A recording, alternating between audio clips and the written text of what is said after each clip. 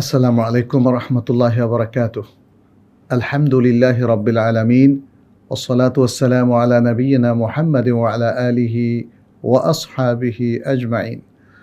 আম্মা বাদ, প্রিয় দর্শক, আপনাদের সবাইকে স্বাগত জানাচ্ছি জীবনের আলো তাফসীরুল কোরআন অনুষ্ঠান থেকে। আশা করছি সকলেই ভালো আছেন। আল্লাহর কাছেও দোয়া করি তিনি যেন আমাদের এই সুন্দর আমলকে কবুল করেন, আমাদের প্রত্যেককে আল কোরআনের আলোকে জীবন গড়ার তৌফিক দান করেন। প্রিয় দর্শক, আজকের এই এপিসোডে আমরা সূরাত আল ইমরান থেকে 108 ও 109 নম্বর আয়াত পেশ করব। তেলাওয়াতের পাশাপাশি শব্দার্থ, সংক্ষিপ্ত তাফসীর এবং শিক্ষাগুলো আপনাদের সাথে শেয়ার করব ইনশাআল্লাহ। সূরাত আল ইমরান একটি মাদানী সূরা। অত্যন্ত গুরুত্বপূর্ণ প্রসঙ্গ নিয়ে এই সূরা প্রচুর আলোচনা মানব জাতির উদ্দেশ্যে পেশ করেছে। আসুন তাহলে আমরা শুরু করি। আউযু বিল্লাহি মিনাশ শাইতানির রাজীম। তিলকা আয়াতুল্লাহি নাতলুহা আলাইকা বিল হক ওয়া মাল্লাহু ইউরিদু যুলমান লিল আলামিন। ওয়ালিল্লাহি মা ফিস সামাওয়াতি ওয়া মা ফিল আরদ وَإِلَى اللَّهِ تُرْجَعُ الْأُمُورُ।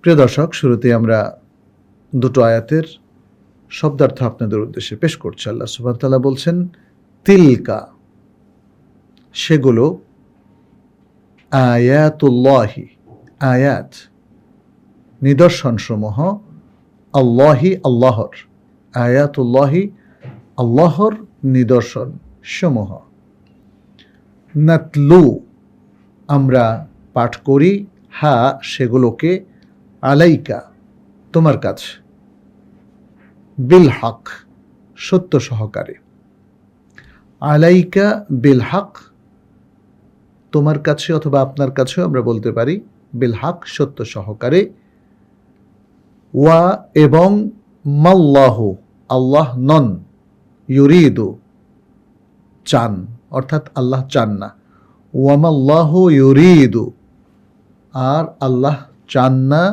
যুলমান যুলম অত্যাচার নিবর্তন, লিল আলামিন মখলুকের জন্যে অথবা সৃষ্ট জগতের জন্যে, ওয়ামাল্লাহু ইউরিদু আর আল্লাহ চান না, যুলমান লিল আলামিন সৃষ্ট জগতের জন্যে জুলুম, ওয়ালিল্লাহি এবং আল্লাহর জন্যে, মা যা কিছু আছে, ফিস সামাওয়াতি আসমানসমূহে, ওয়ামা ফিল আরদ ওয়ামা এবং যা কিছু আছে, ফিল আরদি জমিনে, ওয়া ইলাল্লাহি ওয়া এবং ইলাল্লাহি আল্লাহর দিকে, তুরজাউ ফিরে যাবে, আল উমুর সকল বিষয়। শাব্দিক তরজমার পরে আমরা আপনাদের সামনে সালিস বা সহজ সরল অনুবাদ পেশ করছি। আল্লাহ সুবহানাহু ওয়া তাআলা বলছেন, সেগুলো আল্লাহর নিদর্শন যা আমরা আপনার কাছে সত্য সহকারে পাঠ করছি, এবং আল্লাহ সৃষ্টিকুলের জন্যে জুলুম চান না, অথবা সৃষ্টি জগতের জন্যে কোনো জুলুম চান না। যুলমান এখানে নাকেরা, অতএব কোনো জুলুম বললেই বেটার। আর আল্লাহর জন্য অথবা আল্লাহর নিয়ন্ত্রণাধীন রয়েছে যা কিছু আছে আসমানসমূহে এবং যা কিছু আছে জমিনে, আর আল্লাহর দিকে সকল বিষয় প্রত্যাবর্তন করবে। প্রিয় দর্শক, খুবই গুরুত্বপূর্ণ আরও দুটো আয়াত আপনাদের সামনে আমরা পেশ করলাম, এবং এই দুটো আয়াতের মূল বক্তব্য হচ্ছে, যা কিছু আগে দীর্ঘক্ষণ ধরে বলা হলো এগুলো সবই হলো আল্লাহর নিদর্শন, এবং এখানে বলা হলো কিছু পুরস্কারের কথা এবং কিছু লোকের শাস্তির কথা। শাস্তির কথা আসলেই প্রশ্ন আসে, এখানে কি কোনো জুলুম হয়েছে? আল্লাহ 108 নম্বর আয়াতে স্পষ্ট করে দিয়েছেন, না, তিনি কোনো জুলুম করেননি, করছেন না, তিনি জুলুম চানই না। এবং দ্বিতীয় আয়াতটিতে, যেটি 109 নম্বর আয়াত, সেখানে বলা হয়েছে আসমান জমিনের সব কিছুর মালিক আল্লাহ, সব কিছু তাঁরই নিয়ন্ত্রণাধীন এবং সব কিছু তার কাছেই শেষ পর্যন্ত ফিরে যাবে। ছোট্ট দুটো আয়াত, বিশাল বড় ধরনের ইনফরমেশন এবং তথ্য এখানে দেয়া হলো। আর আগের আয়াতগুলোর সাথে সম্পর্ক যদি আমরা একটু ভেবে দেখি, তাহলে দেখব যে আগে যে আল্লাহ সুবহানাহু ওয়া তাআলা সেই ঈসা আলাইহিস সালামের ঘটনা বললেন, আহলে কিতাবের ঘটনা বললেন, মোমেনদের কথা বললেন, যারা ভালো তাদের কথা বললেন, যারা মন্দ তাদের কথা বললেন, তাদের পরিণতির কথা বললেন, এত যে ঘটনা বর্ণনা করা হলো, এই সকলই হচ্ছে আল্লাহর আয়াত, আল্লাহর নিদর্শন। ফলে এটা অনেকটা খোলাসার মতো, 108 নম্বর আয়াতটা অনেকটা খোলাসার মতো।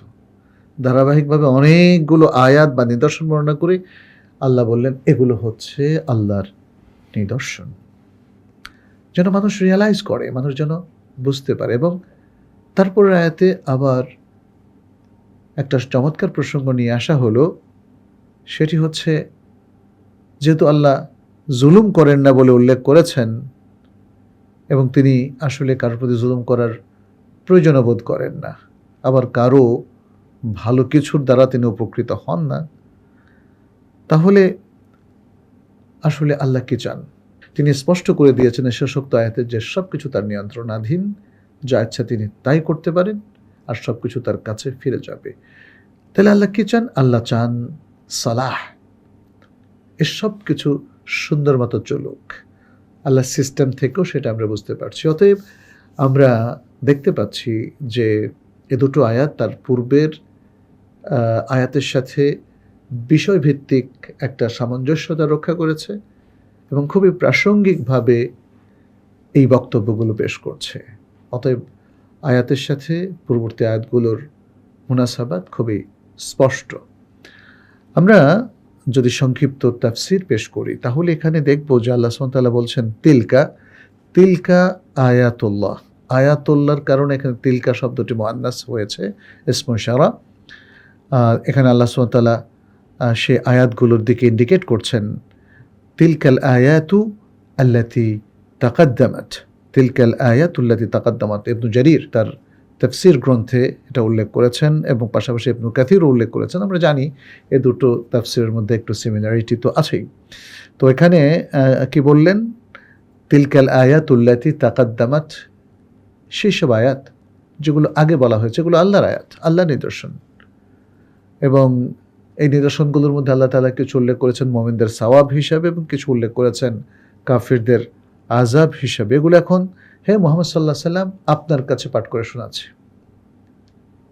নাকরাউহা আলাইকা ইয়া মুহাম্মদ বিসিদকিল মুতাবিক লিল ওয়াকি', বাস্তবতার আলোকে আপনার কাছে এগুলো এখন পাঠ করে শোনাচ্ছি। সিদকান ফি আখবারিহা ওয়া আদলান ফি আহকামিহা, এগুলোর খবর শুদ্ধ আর এগুলোর হুকুমগুলো ন্যায়পূর্ণ। আদলান ফি আহকামিহা। আচ্ছা, যেহেতু আল্লাহ সুবহানাহু ওয়া তাআলা সত্য খবর প্রচার করেন এবং ন্যায়পরায়ণ হুকুম তিনি দেন, ফলে তার মাধ্যমে কারোর প্রতি কোনো জুলুম হয় না, সেটি তিনি বললেন ওমাল্লাহু ইউরিদু যুলমান লিল আলামিন। আলামিন তথা এই সৃষ্টিকুলের মধ্যে কারোর প্রতি আল্লাহ সুবহানাহু ওয়া তাআলা জুলুমের ইচ্ছাই করেন না, জুলুম তো করেনই না, জুলুমের ইচ্ছাও করেন না। এক্ষেত্রে ইমাম ইবনু জারীর আত-তাবারি এবং ইবনু কাসীর তারা তাদের তাফসির গ্রন্থে উল্লেখ করেছেন, কি বলেছেন? ইন্নাল্লাহা লা ইয়াযলিমু আহাদান মুতলাকান, অর্থাৎ আল্লাহ সুবহানাহু ওয়া তাআলা কমনলি, ব্যাপকভাবে কারোর প্রতি কোনো জুলুম করেন না। লিআন্নাহু গায়রু মুরিদিন লিয-যুলমি সুবহানাহু, কারণ আল্লাহ সুবহানাহু ওয়া তাআলা তিনি কারো প্রতি জুলুম পোষণ করার ইচ্ছাই করেন না। তারা আরও বলছেন ওমিন যালিকা আন্নাহু লা ইয়ানকুসু আহাদান শাইআ মিনাল হাসানাত, এই কারণে আল্লাহ সুবহানাহু ওয়া তাআলা রাগ করে কারো কোনো নেকিও কখনো কমিয়ে দেন না। ওয়ালা ইয়াজিদু আলা আহাদিন শাইআ মিনাস সাইয়্যাত, এবং কারো কোনো পাপের বোঝাও তিনি বাড়িয়ে দেন না। যেহেতু তিনি জুলুম করেন না, অতএব এক্স্যাক্টলি যার যে সওয়াব আছে সেটা তিনি ঠিক রাখেন এবং তাকে পুরস্কৃত করেন, এবং যার যে পাপ আছে তাকে সেই পরিমাণ পাপের শাস্তি দেন, এমনকি ক্ষমাও করে দেন, কিন্তু তার শাস্তি বাড়িয়েও দেন না, তার পাপও বাড়িয়ে দেন না। সুবহানাল্লাহ। ওয়ামাল্লাহু ইউরিদু যুলমান লিল আলামিন। এরপর আল্লাহ সুবহানাহু ওয়া তাআলা বলছেন ওয়ালিল্লাহি মা ফিস সামাওয়াতি ওয়া মা ফিল আরদ, আর আল্লাহর নিয়ন্ত্রণাধীন রয়েছে, আল্লাহর মালিকানায় রয়েছে যা কিছু রয়েছে আসমানসমূহে এবং যা কিছু রয়েছে জমিনে। ওয়া ইলাল্লাহি তুরজাউল উমুর, এবং আল্লাহর কাছেই সব কিছু ফেরত যাবে। এখানে আধিপত্য নিয়ে কারো যদি কোনো প্রশ্ন থাকে, আল্লাহ সুবহানাহু ওয়া তাআলা সেই প্রশ্নের উত্তর দিয়েছেন, অথবা কারো যদি সন্দেহ থাকে সেই সন্দেহের তিনি অপনোদন করেছেন। এই আসমানসমূহ এবং জমিনে, বরং এই মহাবিশ্ব জগতের মধ্যে যা কিছু আছে সব কিছুই আল্লাহর নিয়ন্ত্রণাধীন, এবং কেউ যে ভালো ইবাদত করছে, আল্লাহর নির্দেশ মানছে, এ থেকেও আল্লাহ কোনো বেনিফিট পাচ্ছেন না, বাট এটা একটা সিস্টেম, যে সিস্টেমটা আল্লাহ এ বিশ্ব জগতের জন্য করে দিয়েছেন এবং বিশ্ব মানবতার জন্য করে দিয়েছেন। সবাইকে সে সিস্টেম মেনে চলতে হবে। বিশ্ব জগৎ যেমন আল্লাহর সিস্টেম থেকে কখনোই ভুল পথে বা উল্টা পথে চলে না, তাহলে বিশ্ব মানবতারও উচিত হবে আল্লাহর এই সিস্টেমটাকে মেনে নেওয়া, আল্লাহ যে পুরস্কৃত করছেন সে তথ্যগুলোকে মেনে নেওয়া, এবং আল্লাহ জুলুম করছেন না সেই ব্যাপারে তাদের বিশ্বাসকে দৃঢ় করা। তাহলেই তারা উপকৃত হবে। কারণ আল্লাহ সুবহানাহু ওয়া তাআলা এখানে যে কথাটা বললেন, ওয়া ইলাল্লাহি তুরজাউল উমুর, আর আল্লাহর কাছেই সব কিছু ফেরত যাবে, মানুষও ফেরত যাবে। আল্লাহ সুবহানাহু ওয়া তাআলা তো সূরা আল বাকারার অন্য একটা আয়াতে বলেছেন কি, ওয়াত্তাকু ইয়াওমান তুরজাউনা ফিহি ইলাল্লাহ, তোমরা ওই দিনকে ভয় করো যেদিন তোমরা আল্লাহর কাছে ফেরত যাবে। তাহলে আল্লাহর কাছে ফেরত যাওয়া সকল জিনিস শুধু নয়, মানুষও ফেরত যাবে। অতএব আমাদেরকে মনে রাখতে হবে আল্লাহর যে নির্দেশ সেটা বাস্তবায়ন করা জরুরি, এবং আল্লাহর নাফরমানি করা যাবে না।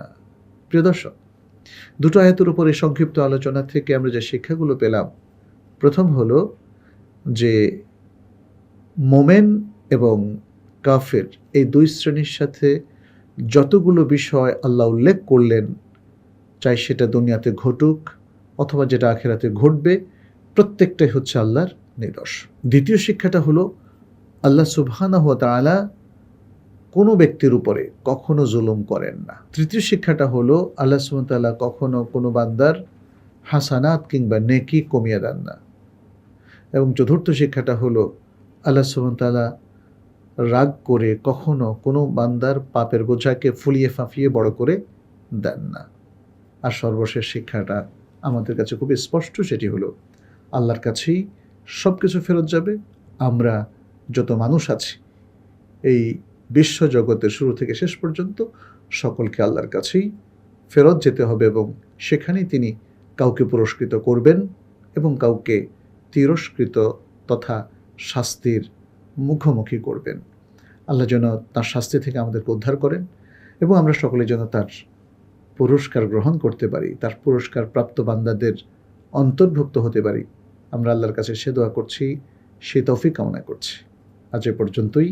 হাদা সাল্লাল্লাহু ওয়াসাল্লাম আলা নবিয়িনা মুহাম্মদ ওয়া আলা আলিহি ওয়া আসহাবিহি আজমাইন। আসসালামু আলাইকুম ওয়া রাহমাতুল্লাহি ওয়া বারাকাতুহু। ذلك الكتاب لا ريب فيه هدى للمتقين